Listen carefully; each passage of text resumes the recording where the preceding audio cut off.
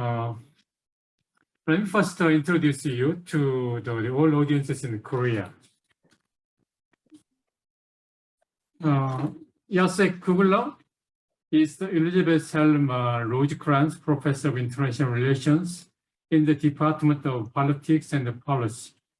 And it is a part of the Claremont Graduate University Division of Politics and Economics. Through extensive publications on the causes and the consequences of war, he has forged a reputation for innovative formal modeling and empirical analysis. His path-breaking work on political performance provides, for the first time, a comprehensive political measure to compare and assess the capacity of a government to implement goals regardless of regime type or economic development. In particular, his work on power transition explained the peaceful relations among major powers during the Cold War, and he anticipates stability after the collapse of the Soviet Union. And he also forecasted the upcoming Asian challenges. His current work focused on the long-term stability of nuclear deterrence. So that's at the end of our introduction of today's lecture. So in the interest of time, so why don't you kick off the lecture with your PowerPoint, please? It's yours. Yeah, if I can get the PowerPoint.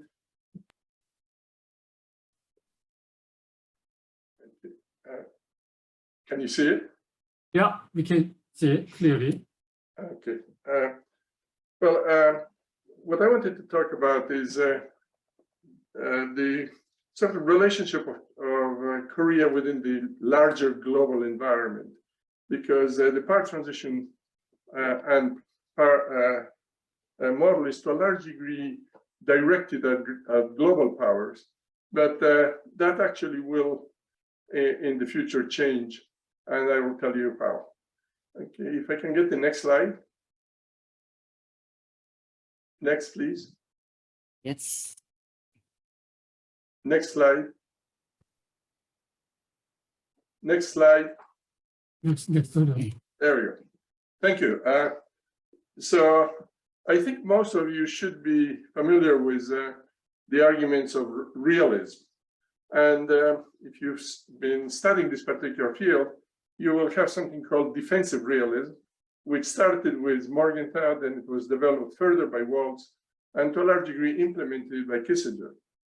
And if you look at this graph, on one side you have the probability of war, on the other side you have the relative power of the two sides.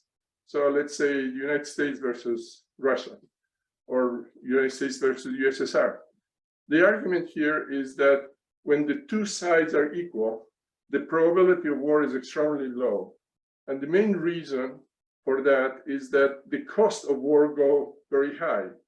Today, that is generalized in the argument of nuclear deterrence, saying the reason we, for instance, don't fight in the Cold War is largely because the costs were so unacceptable to both sides that even though they didn't coexist effectively, they did not fight over, they did not fight each other simply because the expectation of such a fight was simply unacceptable.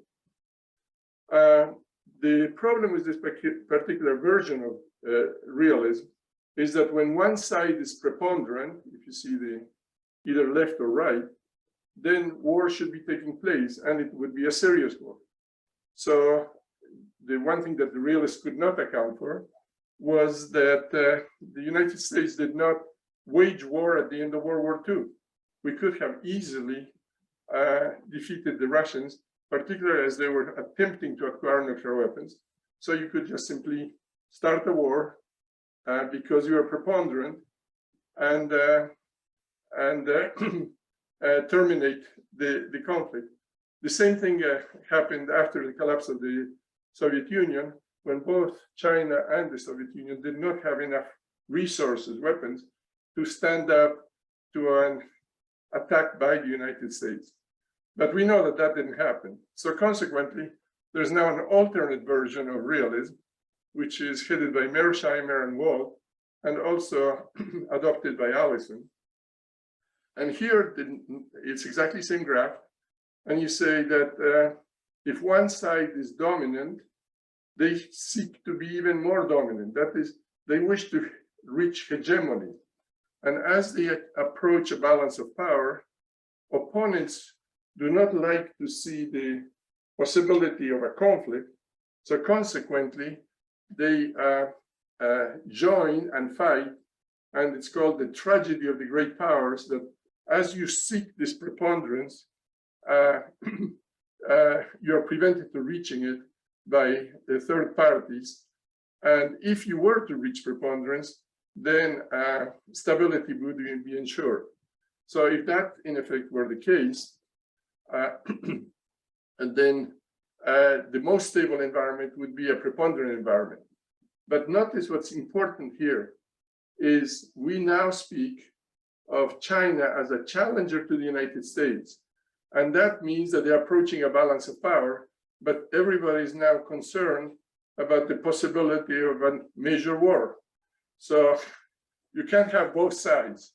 The realists actually have covered both sides, but there is one single problem, again, as usual, in the offensive realism, and that is they have no path to peace. And the reason they don't have a path to peace is because they say that all interactions will stop at the point in which the two sides since you can't reach preponderance, which is the one that leads you to stability, you in effect are going to have to continue in fight. And this fight will continue forever, in a sense. It's an inevitable consequence of living in an anarchical world. Could I get the next slide, please?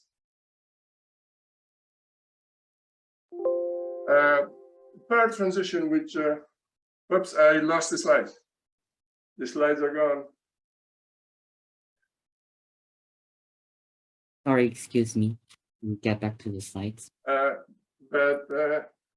In power transition, which is sort of originated by Organsky, suggests that this notion of anarchy in the international system is misplaced.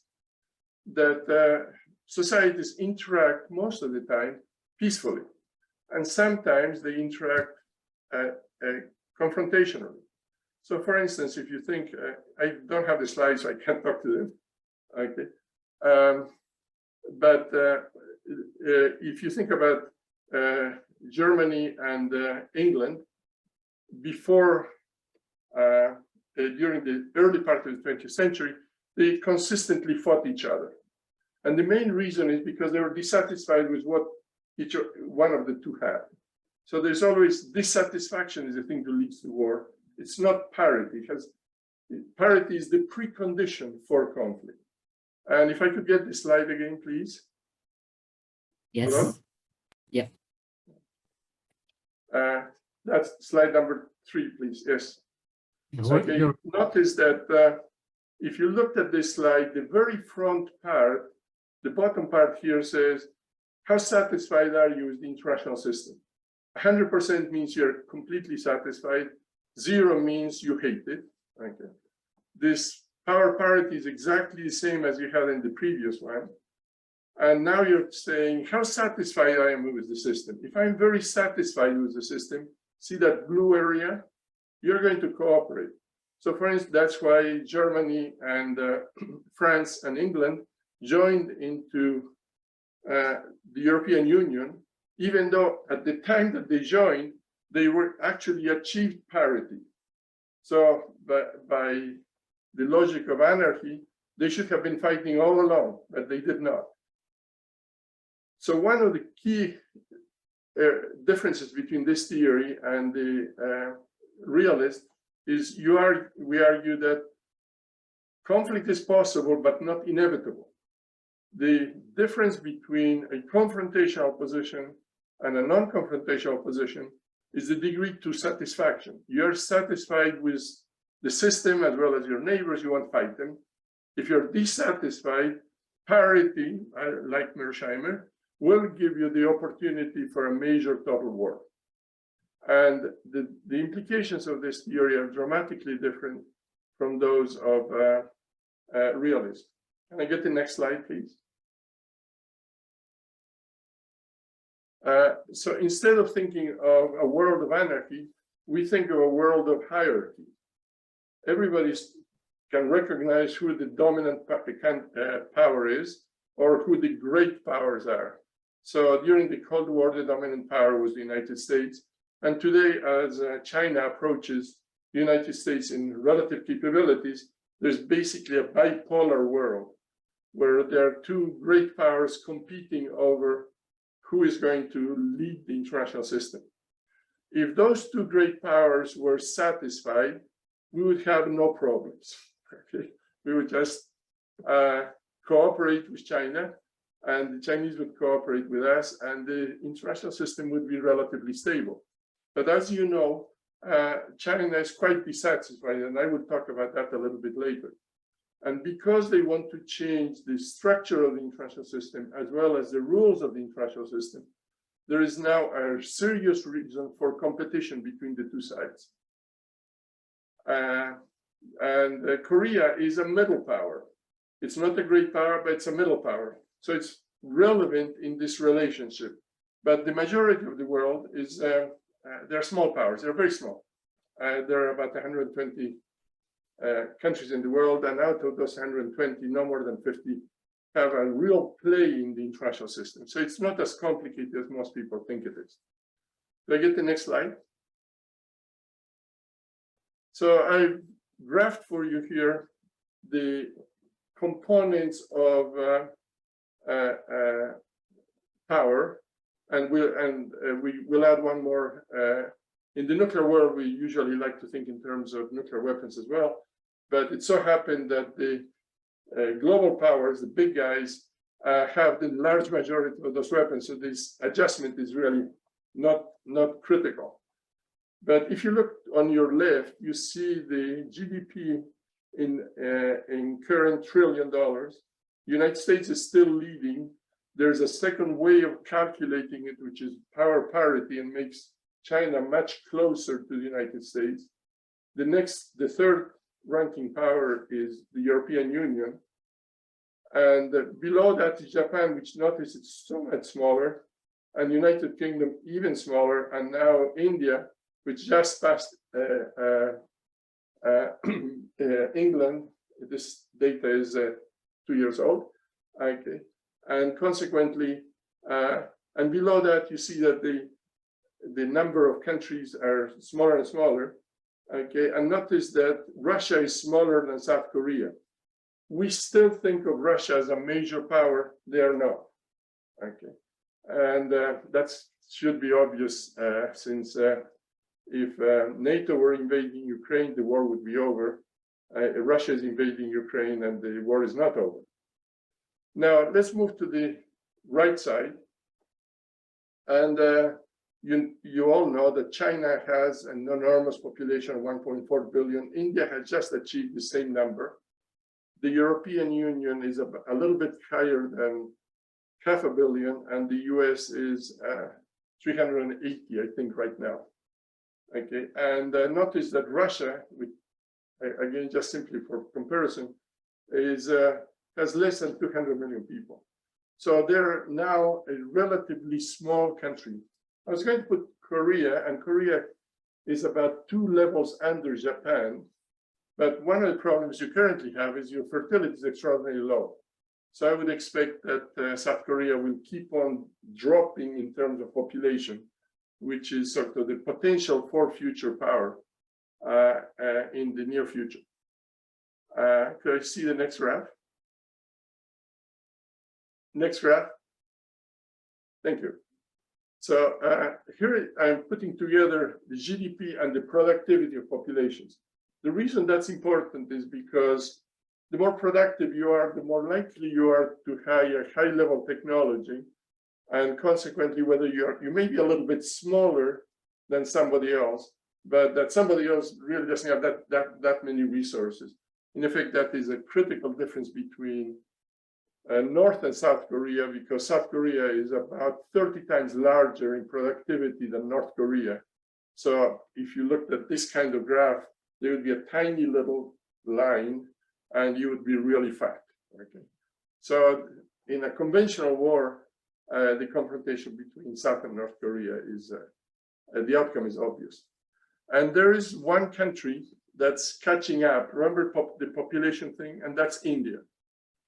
If India follows the path of China, that is here at the very top, they can in effect pass both US and the European Union in the next 50 years. But that would require that they perform at the same level as China did. But again, let's take a look at the thickness here of China. We are usually too concerned about a society because of the differences in their perceptions. So if the US and Europe have very similar economic standing, not identical, but similar. So you can cooperate in patents and all kinds of other activities. When you're dealing with a country like China, which is really a dual economy, very, very rich in a very small proportion, like 20%, and the rest is very poor. So you have great differences in the kinds of things that you want from the international system. So if I go to the next slide, this slide tries to approximate what is it that countries want? What are their underlying values? Not the current posture, but what is the underlying value that they have? Why is it that we are so different, for instance, from Russia and China, which is at its bottom circle around here, okay? And China and Russia are creating a coalition which is relatively stable. Some people historically say, well, that's not possible because they've always fought. But by this calculation, it says they're both extremely secular and extremely materialistic. And they're very, very far from the West. See that coalition at the top? The United States is moving very much into the center of Europe. Japan is moving upwards towards, okay? Germany is also moving upwards. And the one interesting point, which I was surprised when I saw it, is that South Korea is still positioning itself between China and the West. I thought that Korea's position would be very close to that of Japan, which would be up here in the upper quadrant, which is post-materialistic and secular. But that up on top, I can't use yours. See on the upper right quadrant, see Korea, and then see Japan is the next one up. And for future purposes, look at India. India is at 0, 0, that little ground line, that blue line in the circle, okay? And they're undecided whether they're going to go west or they're going to go east. And in terms of the very longer future, the stability of the international system will depend on where India goes, because if India chooses to go west, then that coalition is preponderant. If India chooses to go east, then the China, Russia, India coalition is preponderant. An Asian coalition would emerge that is simply too large to confront. So if we look at the next slide, there we go. So the relative strength of the coalitions are if we put US and Europe together, and we put China and Russia together, there's a substantial difference between the two. But both China and Russia are growing faster, largely because they're less developed, and they have, in the sense of China, a much larger population. So the opportunity here for China is to keep on growing, and we anticipate that by about 275, China is going to be as large as the US and the EU, maybe a little later, maybe between 275 and 2100. If the coalition between the US and the EU were to weaken, then that would accelerate that process. And again, you have India at the very bottom here, okay, and that's the card that from a global perspective, you should be paying a lot of attention to. So next one.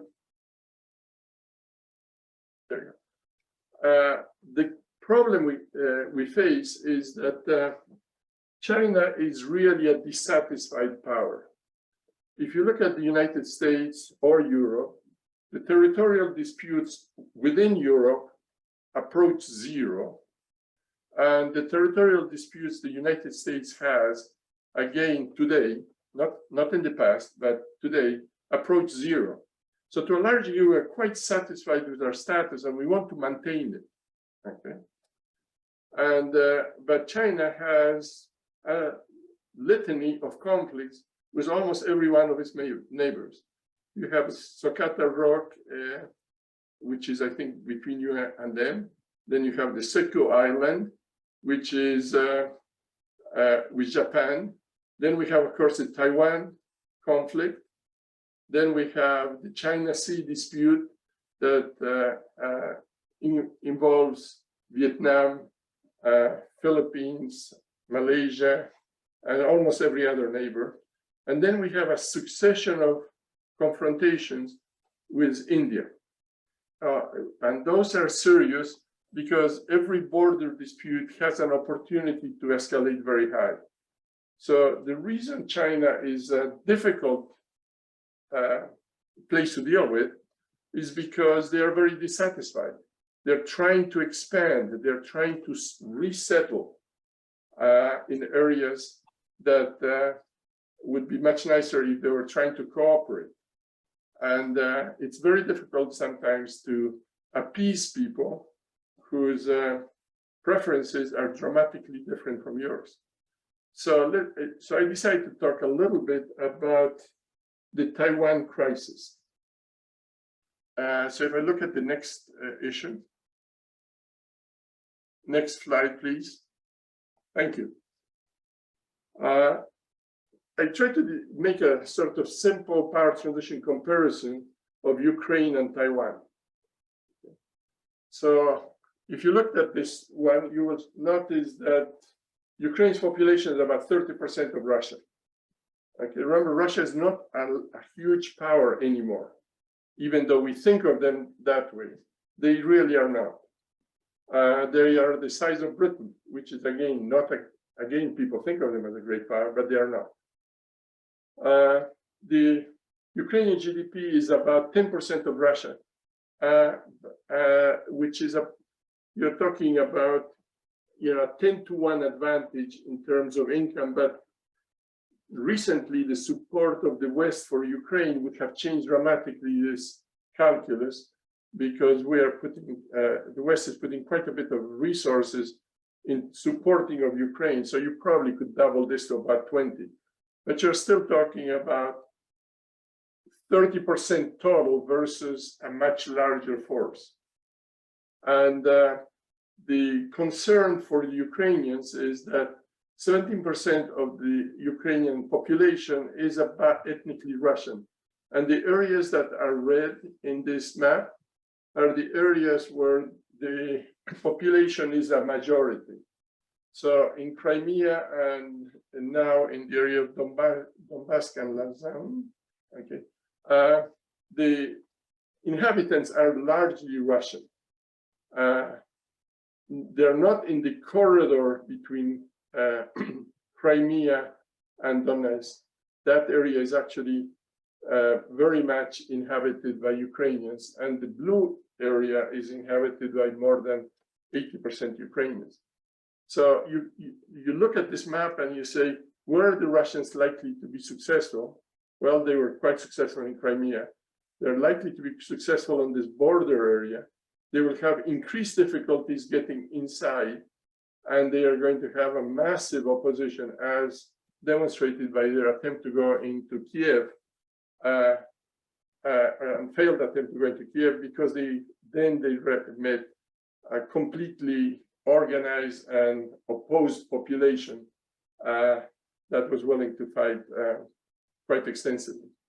Now let's take a look at Taiwan. Taiwan is a very different picture. And the problem with Taiwan is that everybody's Chinese there. That is, I don't think it's a problem. It's simply that everybody claims to be Chinese. So now the question becomes, are you Chinese favoring China or are you Chinese favoring Taiwan? So in 1992, when this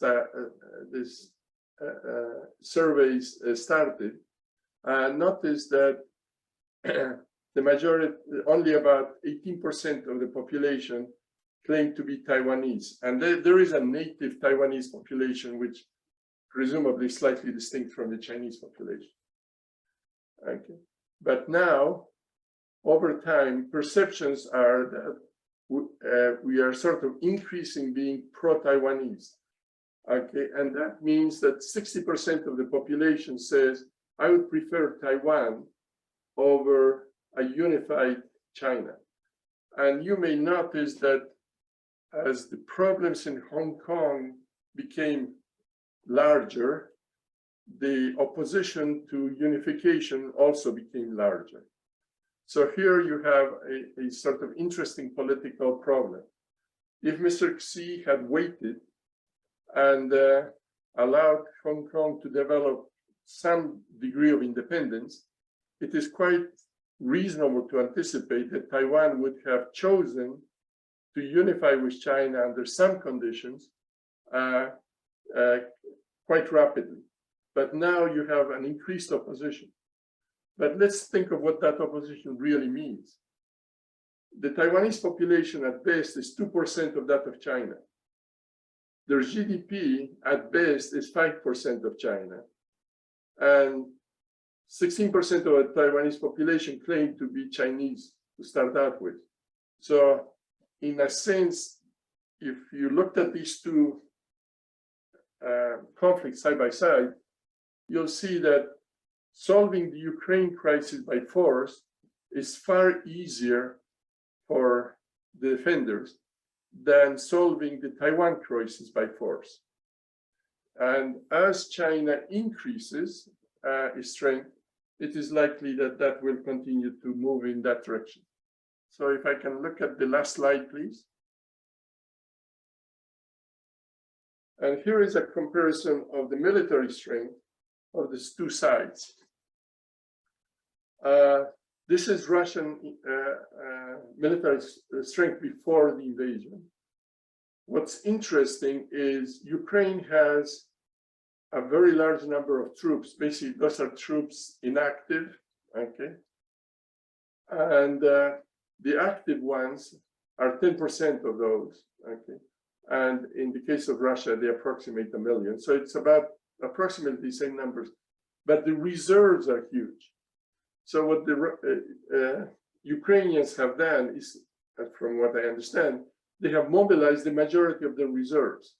So what they're now capable of doing is matching in their own areas the strength of the Russians, unless the Russians mobilize, which they have yet not done. But in all other measures of tanks, aircraft, helicopters, on and on, okay, despite the aid that they have received, they have only a fraction of what the Russians could master. Okay. So if we move now over to the Chinese-Taiwanese confrontation, okay, the numbers don't even approximate those in Ukraine. Okay, the Chinese are far more powerful. They have a lot more forces. They have a hugely larger air force. They have many, many more tanks. They have many more ships, and on and on. So the only option for Taiwan, in order to survive as an independent society, assuming China were to move into a conflictual situation, is the coalition with the United States, Japan, China, Australia, India, on and on. If that coalition holds, the serious problem is that China can always escalate. And so it is not, and it is not, and well, not that Ukraine is easy, but success in Ukraine should not indicate that there is immediately easy transfer into Taiwan. The one advantage, of course, is that they require naval forces in order to move across the 100 miles that separate Taiwan from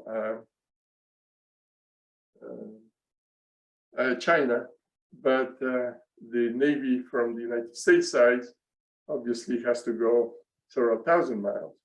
So the exposure of the US Navy to potential defensive activity by China is enormously larger than the defensive capabilities of Taiwan against China. So,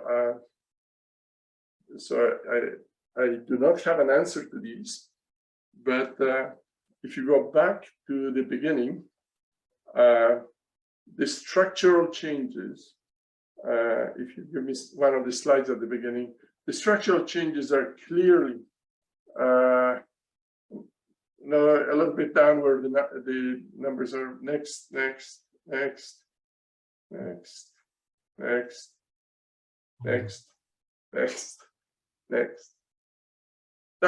okay.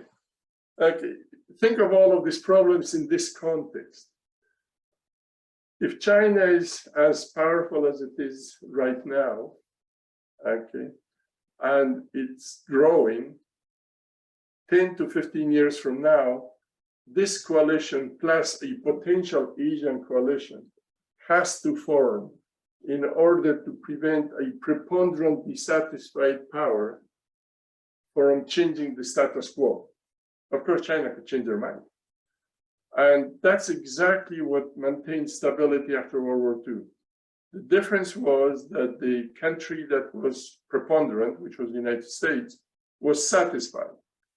Because we were satisfied, we tried to create coalitions that stabilize the system. If you are looking at it from the China perspective, what they are trying to do is destabilize the system. And now the choices are pretty stark for the future. Thank you.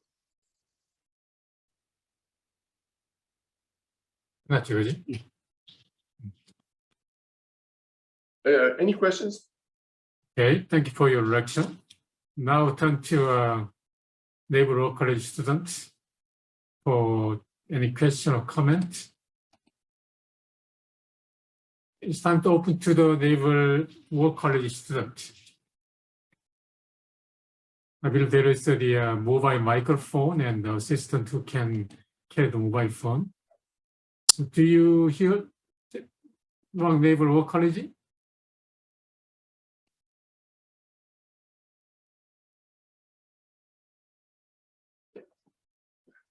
Zooms are not always as easy.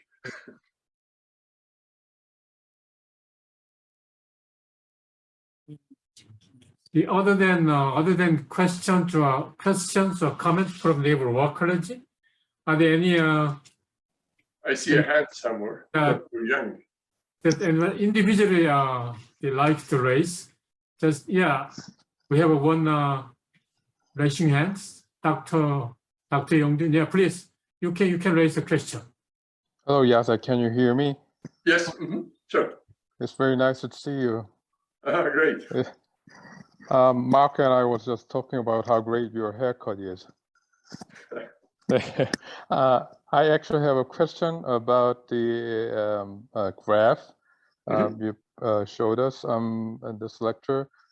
Slide number 7, where you talked about each country's values. Yeah. I was wondering about how you come up with the numbers. I don't know if I missed it. Let me see. That's if somebody could put the slides. I don't know which one is 7. Number 7, where you talked about each country's values. Okay, next one then, please. Whoever has the slides, the next one. Hold on, please. Next slide. Yes. That's the one. Okay. Right. Right. these are values obtained from the World Value Survey structures that were designed by Engelhardt and Wessel, and they've been collecting this data for about since 1960, and they have two major issues. One of them, the one on the horizontal line, is how traditional religious you are, and on the other side is how secular you are. Okay, so that's sort of the traditional secular dimension, and the vertical dimension is whether you're a materialist. Traditional secular is correct, and the other one is whether you're materialist or post-materialist. That is, whether your main interest is sort of increasing your income, okay, or whether your main interest is sort of sustaining the community. What you hear about the green structures and environmentalists, and sort of once you acquire enough money, the question becomes how much more money do you need? Okay, so post-materialist. If you look at this graph, the very edge of the upper part will be the Swedish and Norwegians and people like that. The middle are the Europeans, and the US used to be far more religious than it is now. But you know, you're sort of starting to think, I need to have social security, I need to have support, I need to have an integrated society, rather than how much is it for me myself. So the bottom one is basically selfish, more selfish, and the other one is more collective good oriented. I did similar work trying to map the northeastern countries using two criteria. One is how democratic your political system is, and the other one was how liberal your economy is. It turned out that there is quite a distance between China, North Korea, and the rest of northeastern countries, as you suspect.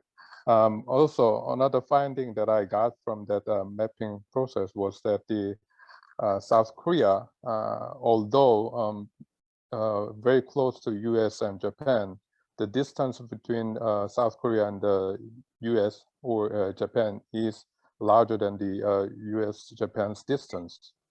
So although we use this is very similar.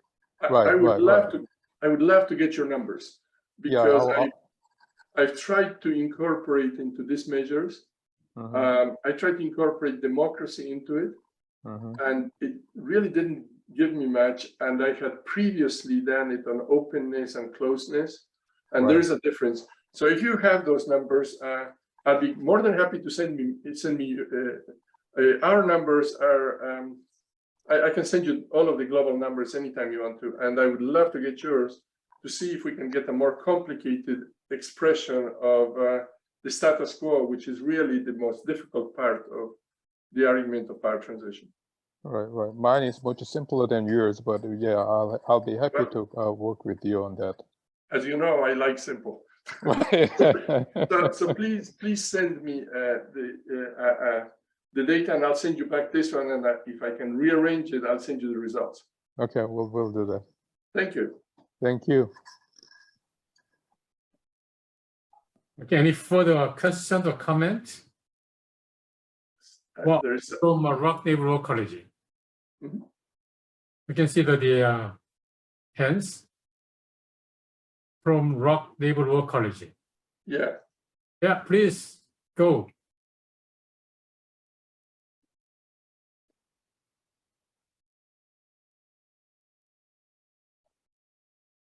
Do you have any mobile microphone you can use?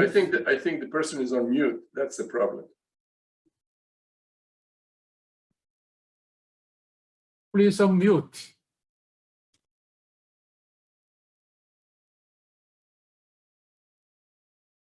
He is Rock WC is unmuted, but we cannot hear you.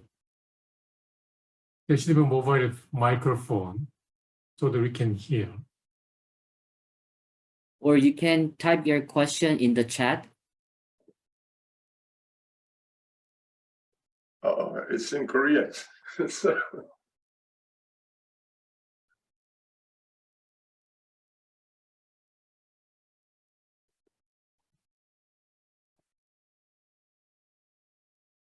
who else we can expect to issue questions or comments?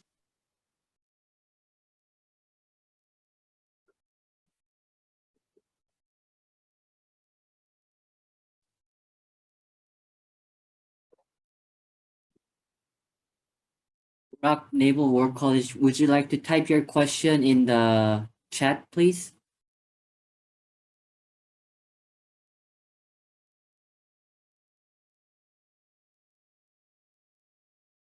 and now you can see how difficult it is to teach on the web.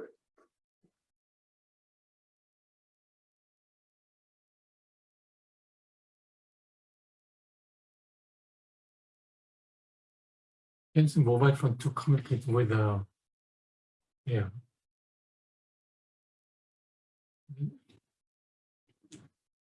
Okay, yeah.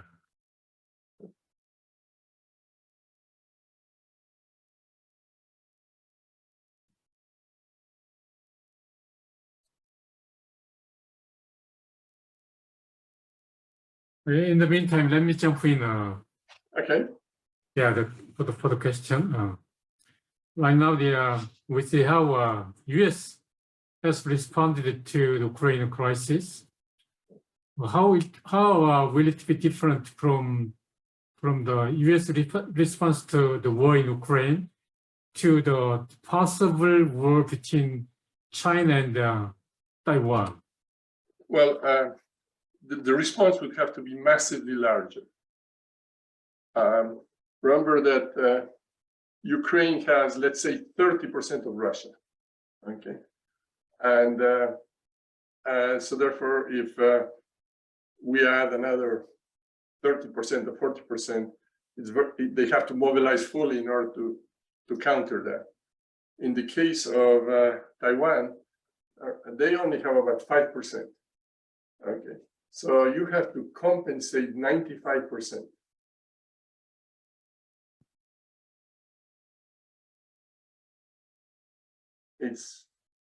It's not an easy task, and in effect, I don't do military analysis, but if I looked at that picture, would be very useful to try to figure out a negotiated solution for Taiwan. Now, China may not choose to attack because they may. But remember the skinny line that China has and the thick line that the US has and the Europeans. So a technological war of that type would potentially depend very heavily on naval capabilities. And naval capabilities require high technology. So it's not armies moving. It's to largely naval battles. And this is why many of us are very concerned about the possibility of a naval encounter between the US and China that would probably favor the US at this point, moving up to the nuclear level.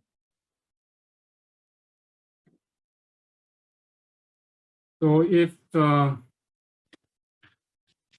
crisis over Taiwan occurred, then through media, we've known that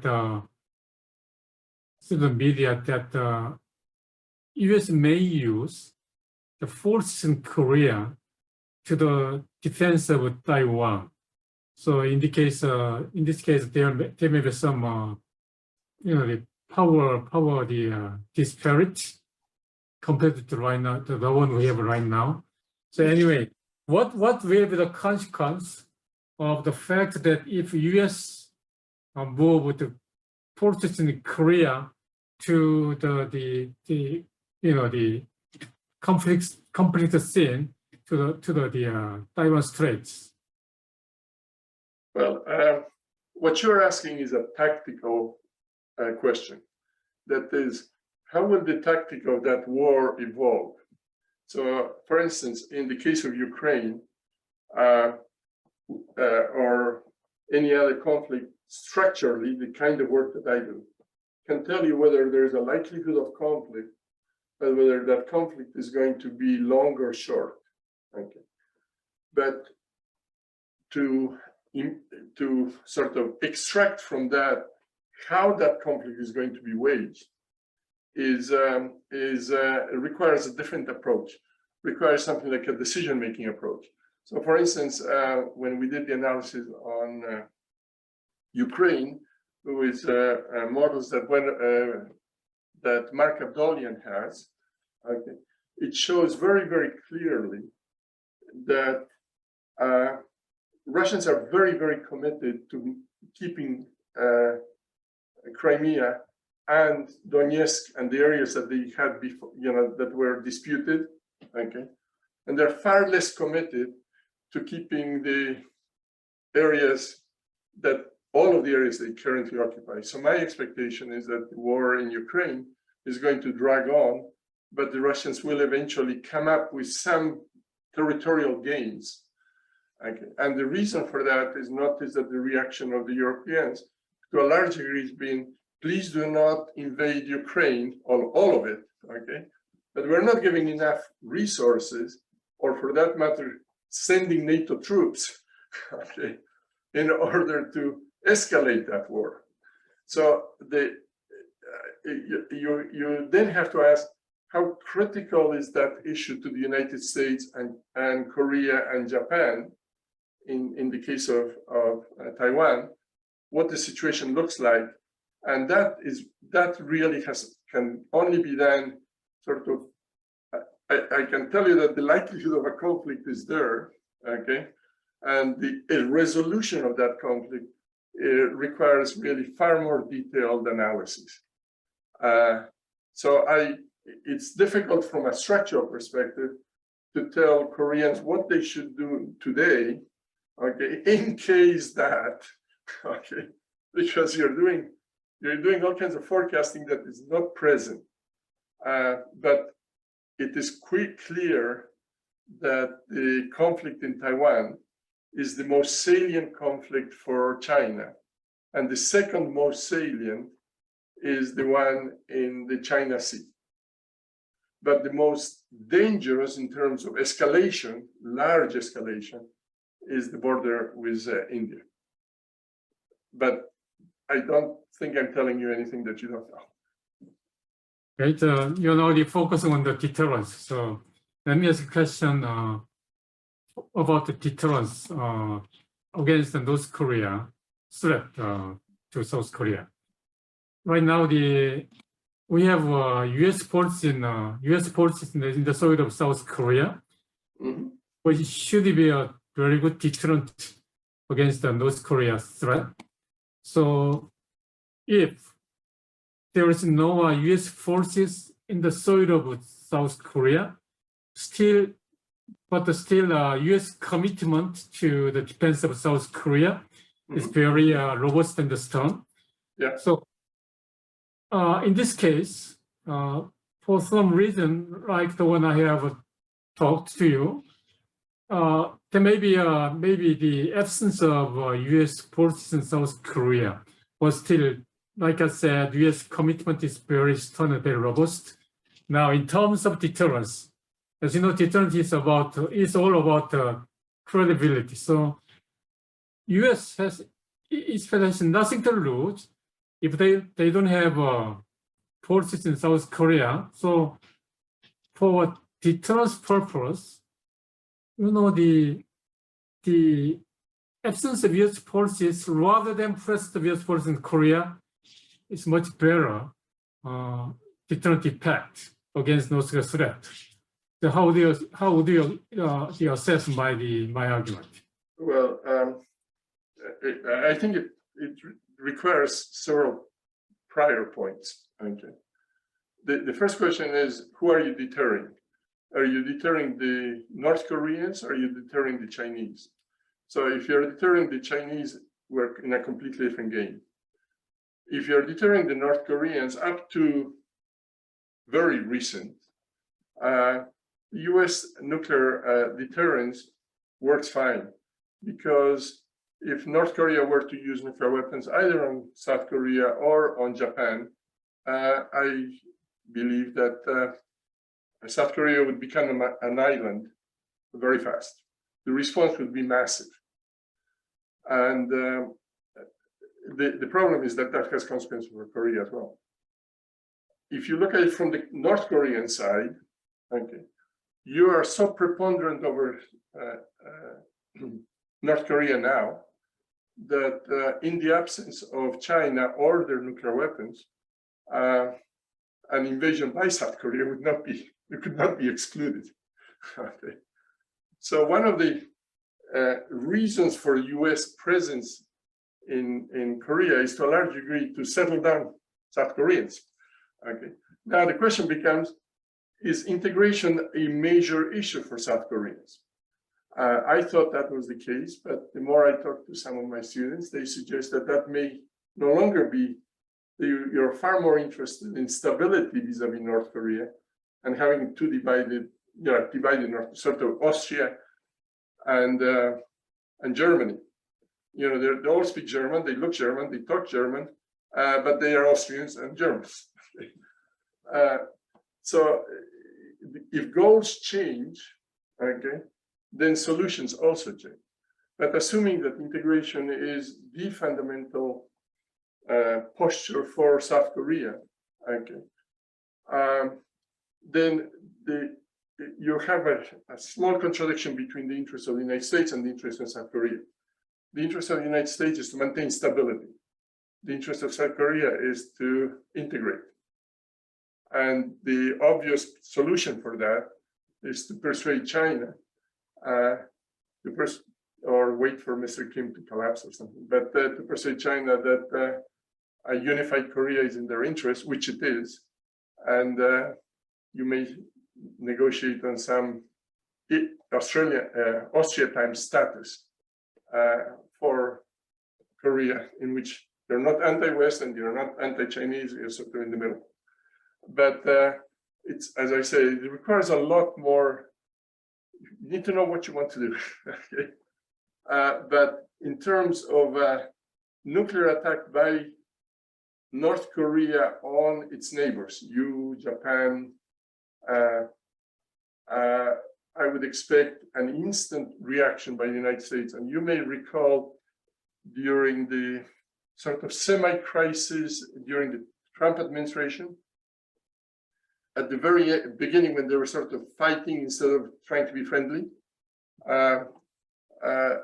Mr. Kim threatened to use nuclear weapons on Guam. Okay. And the first response was from China saying, we will support you if attacked, but we will not support you if you attack. And that should give you a very clear vision of how far China is willing to go. So China will not defend an aggressive North Korea. So my perception of the current situation in South Korea is, if you want to maintain the status quo, relying on the nuclear capacity of the United States is perfectly fine. If you want integration, then you would need to move over to some more accommodating position with China to create a status quo that is acceptable to them and acceptable to the West. Okay, we have a question from Naval War College.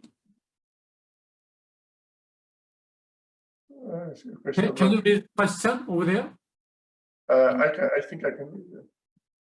Right after Let me read you.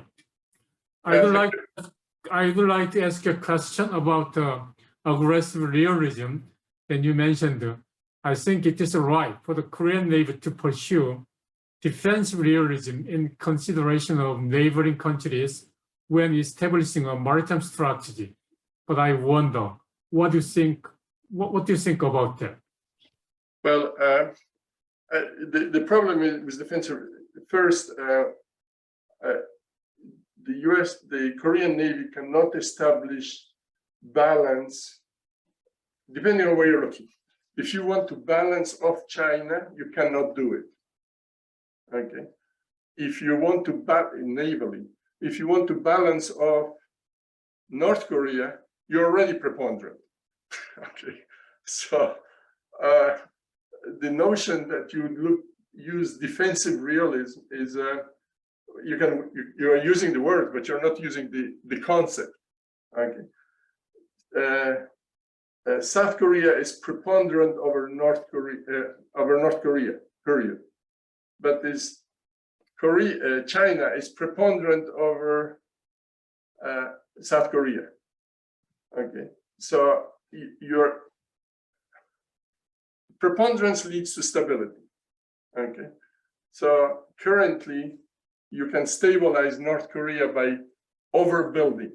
Okay, as long as it's only your dyad, North versus South. Okay, but you cannot balance off China without the United States, Japan, Australia, European Union, on and on. Okay, so so if I were in that naval situation, I would pay a lot of attention to the thing you can do, and that is make sure that you're preponderant over the naval forces of South Korea. Sorry, the naval forces of North Korea.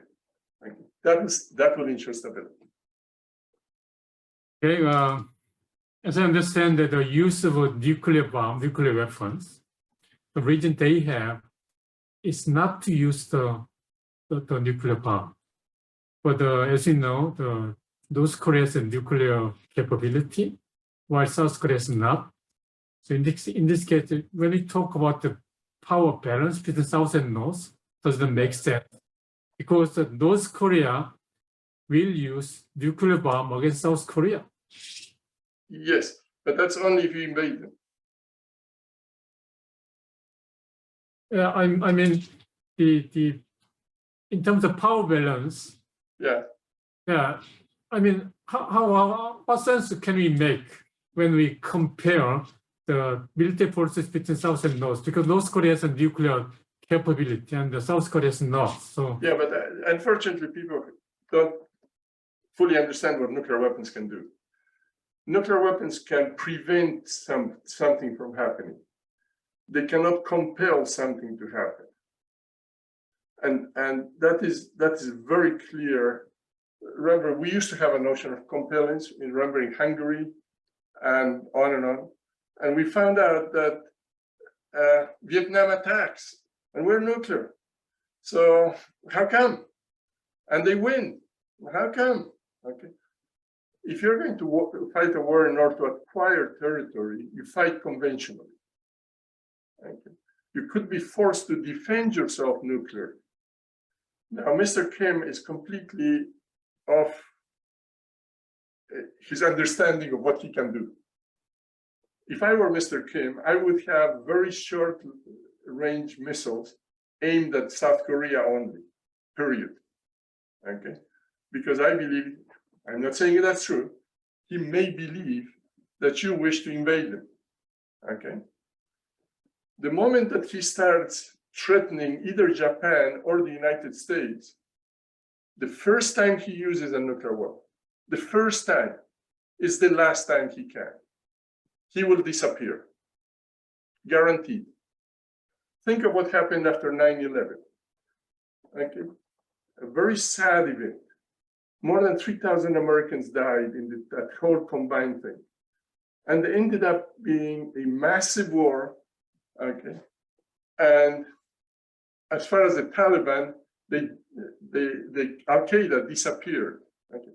If it were a country, it would have totally disappeared. The notion that you can use nuclear weapons to advance your policy is something that the warfighting types are starting to introduce. What they can do is minimize a nuclear conflict. But if you are as powerful as the United States is, and you're confronted with somebody as minuscule as North Korea, nuclear or otherwise, they are minuscule, period. Nuclear weapons do not equalize capabilities. So, for instance, in the case of Ukraine, many people argue that Ukraine made a major mistake by giving up nuclear weapons. Because had they had nuclear weapons, Russia would have never invaded. I believe that they're completely wrong. Russia would have invaded. And if the Ukrainians were to ever use a nuclear device against Russia, Ukraine would disappear. The notion that power is dramatically altered by the possession of nuclear weapons is a figment of people's imagination. Severity of wars has dramatically increased. The cost of a conflict that would go nuclear would be dramatically larger than the cost of a conventional conflict. But the notion that North Korea can threaten the United States, or China for that matter, or Russia today, because they have nuclear weapons, is insane. You have to have a distorted view. Not even the realists say that. You have to have a completely distorted view of reality. And this is very clearly, in effect, if you're going to make a comparison with realism and power transition, recall that the Israelis were stronger in the Middle East for a very long period of time.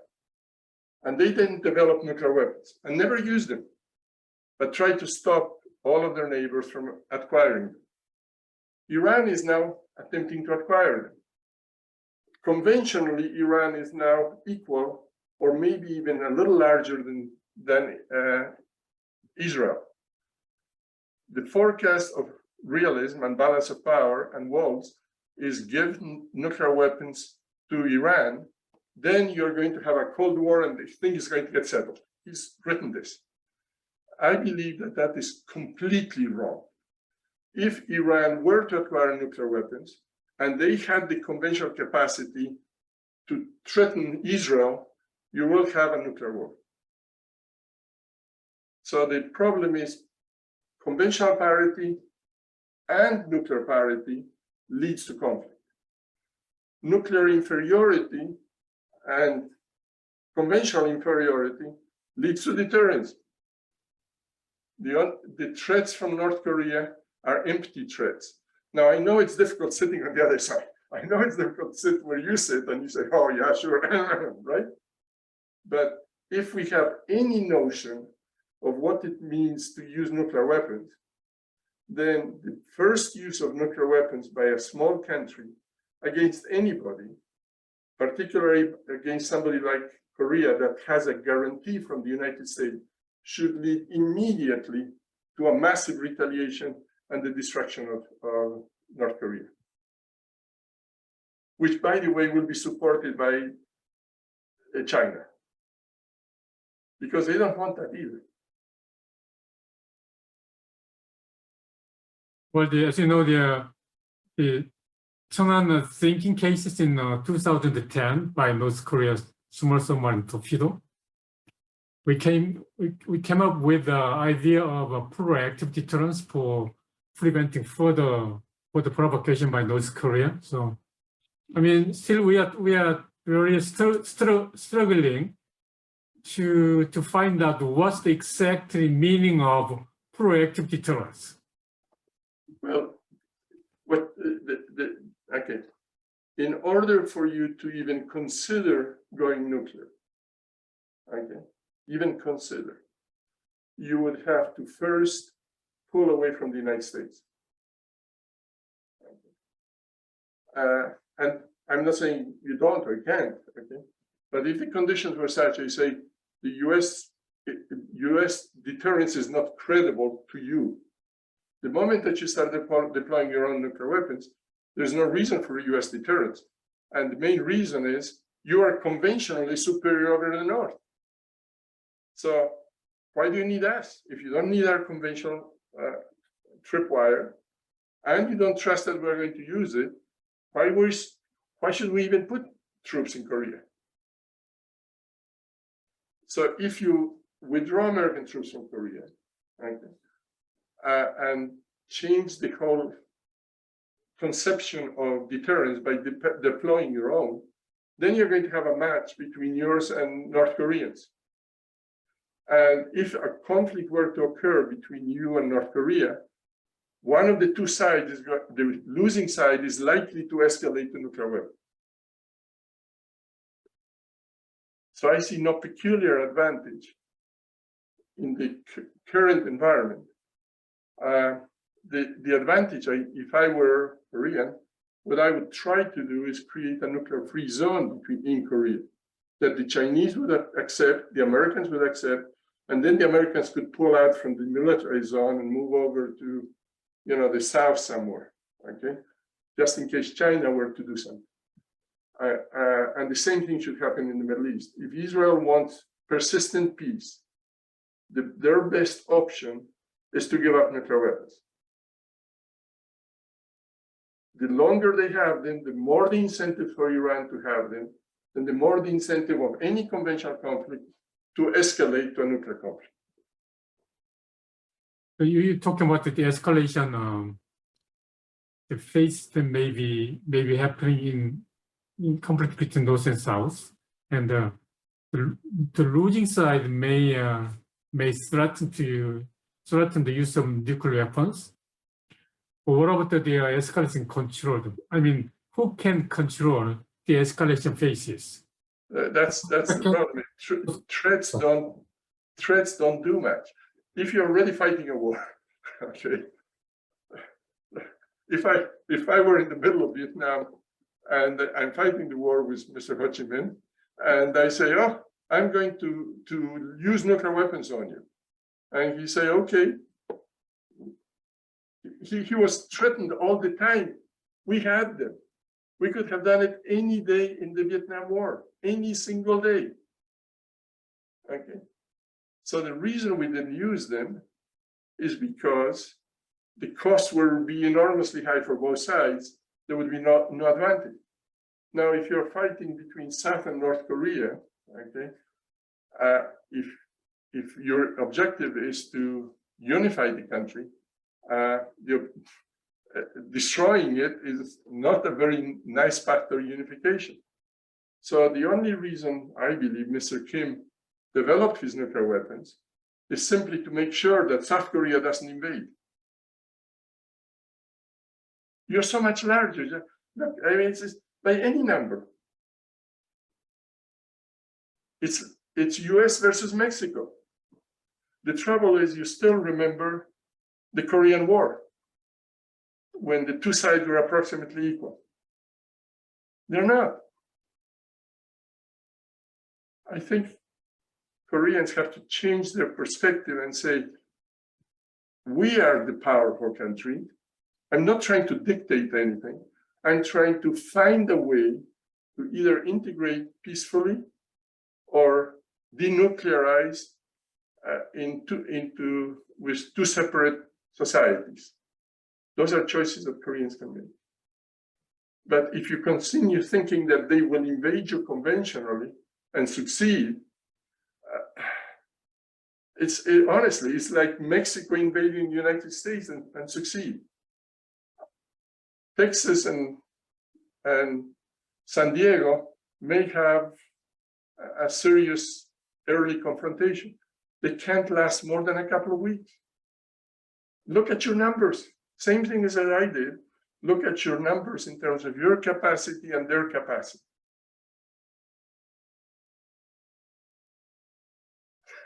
Anyway, time to turn to Dr. Park Ju-hyun, who was your student a long time ago. So, Dr. Park, it's yours.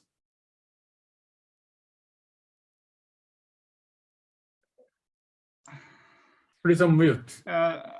Yes, hi, Doctor. It's very good to see you, Doctor. And I had a very good lectures, just like 20 years ago in your class. I'm still wondering that when we talk about the relations between the United States and China, when I studied there, the Chinese GDP was just less than 20% of the United States. That's right. Almost catching up. So, but I'm still wondering if if China is really dissatisfied nations in this international order, why the United States try to revise the norms and the institutions they actually tried to establish just after the Second World War. And China had put the more attached values to the liberal economies. And so how can we explain this position, the change of position? Well, remember, as I look at the American policy towards China, we tried very hard early on to incorporate them into the World Trade Organization, and then to allow really massive influence of investments into China that allow them to basically have a more open economy. And the expectation was that as China grew and the economic prosperity increased, remember Yifang's argument that at a certain level, democracy or more democratic principles would be adopted by that society because it was very difficult to maintain an authoritarian economic system. I think that was probably too optimistic. It seems that, and I don't want to exaggerate, but it seems that China has managed to maintain a very strong authoritarian regime and at the same time maintain a relatively open economy, even though in recent times they're basically reversing. And I anticipate that as they start constraining their own internal economy, their growth may in effect be affected.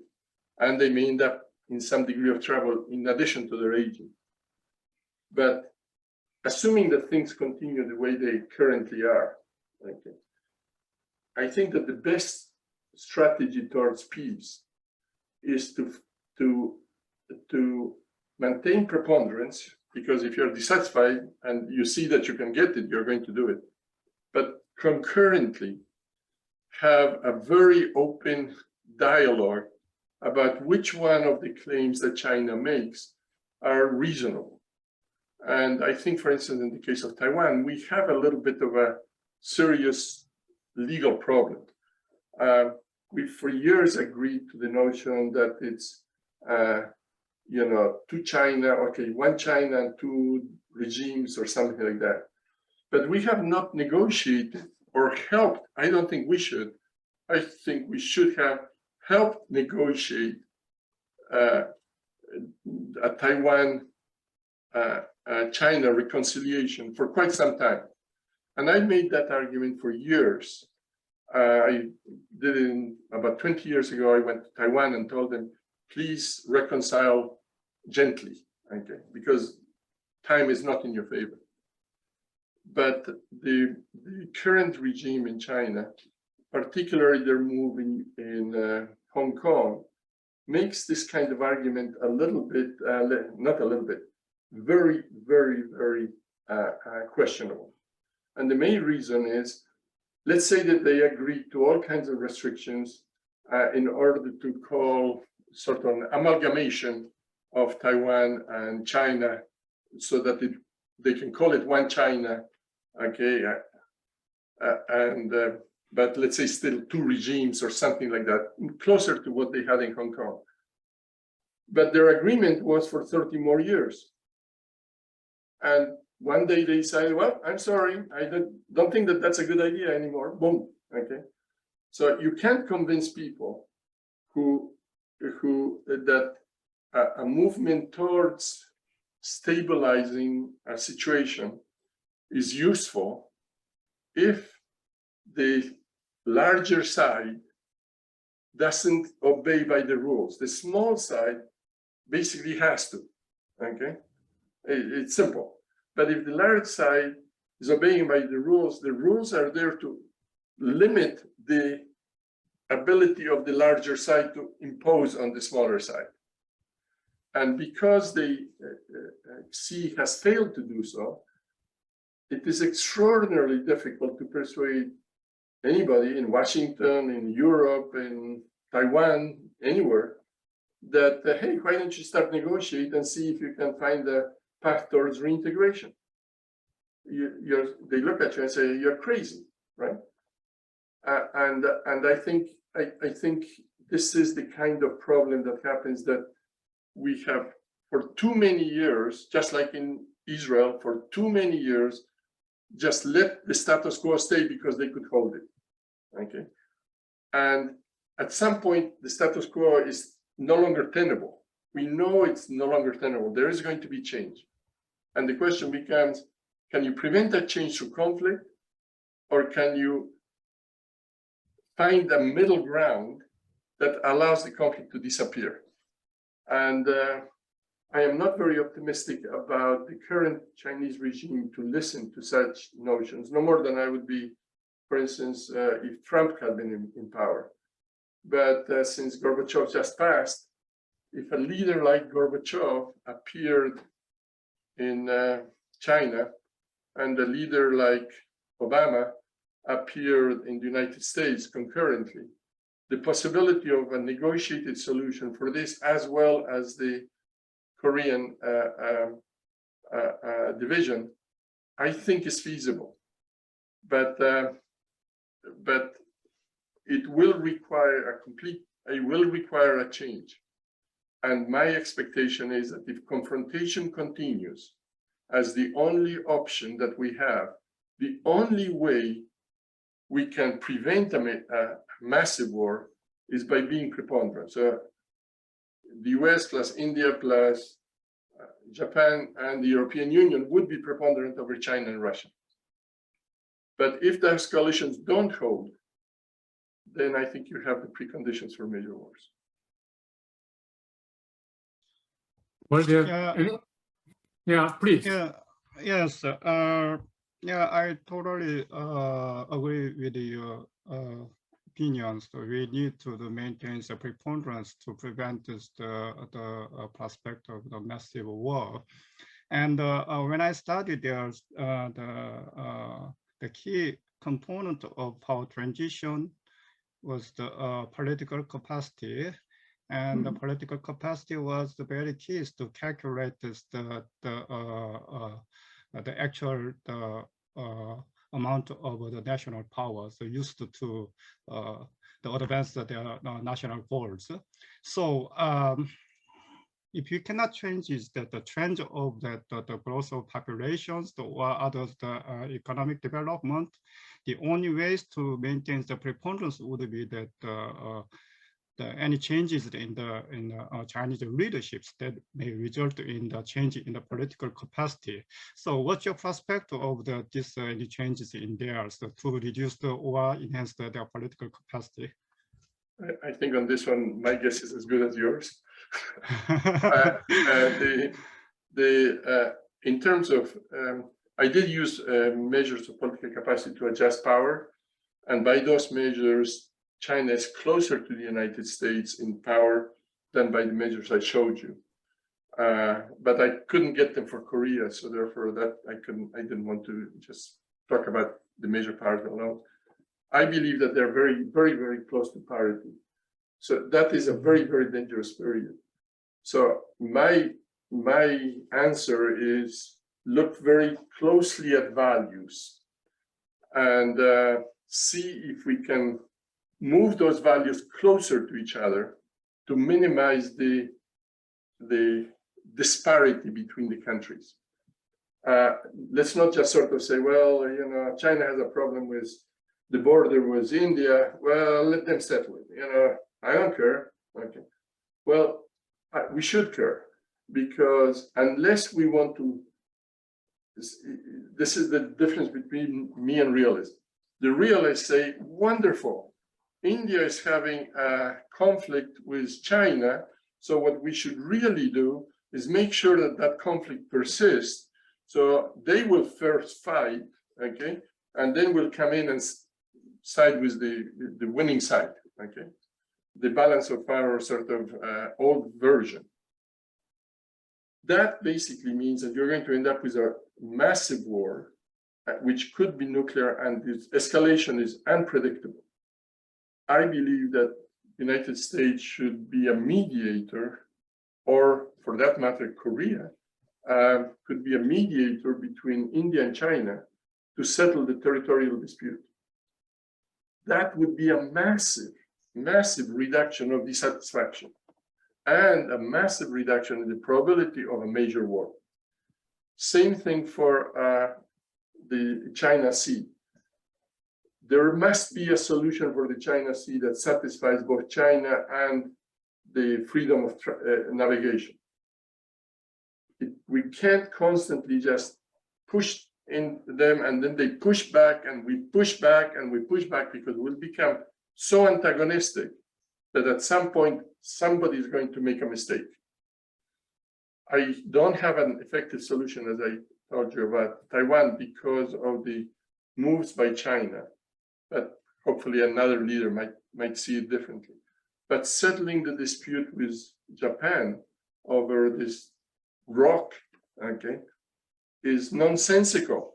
And going back to World War II, where the Japanese invaded China and saying that you are invaders, is just simply nonsense. It's the same thing as calling every German a Nazi.